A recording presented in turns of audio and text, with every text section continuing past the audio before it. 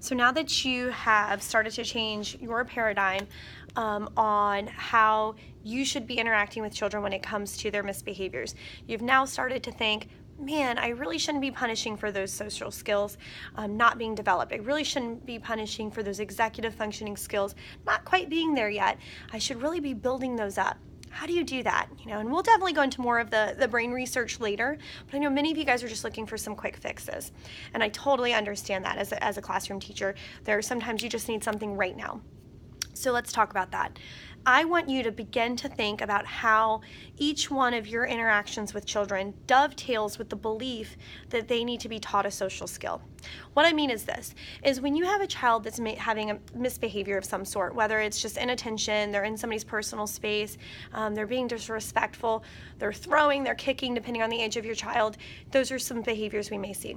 I want you to start to think about how when you go to address that behavior with that child, how does what you do dovetail with the belief that you need to be teaching a social skill? So if you have a child sit out every time they misbehave, what does that teach them? Nothing. Now, that being said, I definitely believe that children do need space to cool down. So if a child is in a very elevated state, their body's releasing hormones and chemicals, that's going to make it nearly impossible for them to have long-term learning take place. Even us as adults have experienced that. For example, I took a class our division offered through UVA. It was a 4-day class, 2 days, and then 2 days later. On the second of the first 2 days, my father was put into the hospital and he wouldn't survive after that. I was very upset about the whole situation, and unfortunately I don't remember much from that second day. Thankfully there was a huge binder, lots of my colleagues were in that class. I've since gone back over the information and the instructor was very patient with me. But even as an adult whose brain was fully functioning, completely developed, it was difficult for me to process new and novel information, even things that were based off schemas I'd already developed. So a lot of these reading strategies were things I'd already learned in college or were based off of things I had already learned in college, and they were just new activities to add to my repertoire. Even that being said, it was difficult for me to remember that information, for me to connect those dots. So think about your child that's in the middle of a fit, or in an elevated emotional state, because some of our firstie friends or our kinders are not necessarily going to be in a full-on fit that we may see at 2 or 3, right? So if you have a kid that's in an elevated emotional state, their emotions are dysregulated, it's going to be very difficult for them to then learn a skill to replace that behavior in that state. So those are times where having a child remove themselves, typically I like to teach the child to remove themselves to a safe, secure location where they can calm down. That might be your teacher's station, okay? That might just be your reading spot. That might be someplace in the back of the room where you have a cozy corner, okay? You decide that for you, and I can definitely showcase some of the areas I've used this year or even in the past if that's something that you guys are interested in looking at. But I like to have a safe place for them to go, hopefully on their own, and we'll talk about how you can train them to do that in a future date.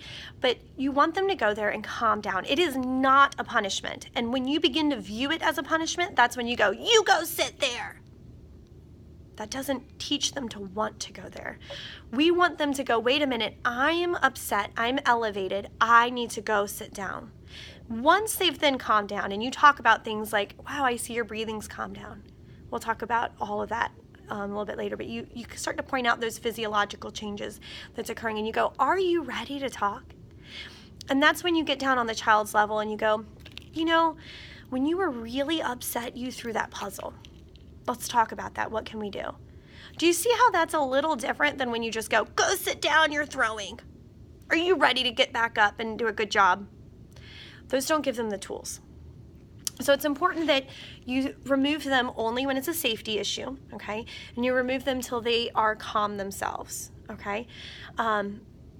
When you interact, if you are beginning to just think of it as ways to teach skills, even before I teach you anything else right now, if you have changed your thought process, I can guarantee the words that come out of your mouth, your body language, how you address the situation is going to change. So that's the first challenge, is I want you to start speaking to children under the paradigm, under the whole assumption that what they're doing is not malicious, that what they're doing is not out to get you. And sometimes it feels that way. I have a 2.5-year-old. Sometimes it feels like what she's doing is just out to get me. Let's be honest.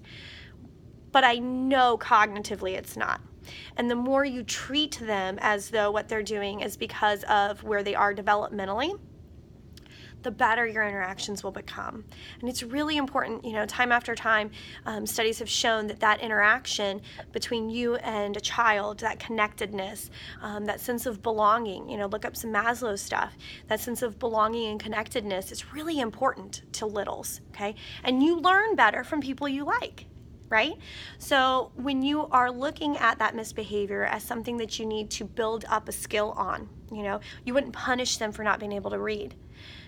You go look for ways you can build up that skill. I want you to do the same thing with behavior. So give yourself a week to just do your paradigm shift, to just interact a little differently, and then start looking at some of the other videos I'm going to be posting about other techniques for specific issues, so that you can start to add those to your repertoire as well.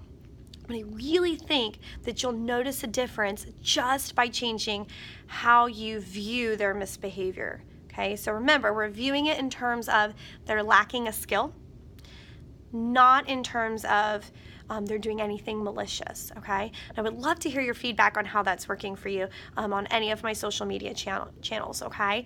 And remember to hashtag ditchtheclips. And again, automatic lights. So I apparently have been sitting still for too long and my stuff turned off.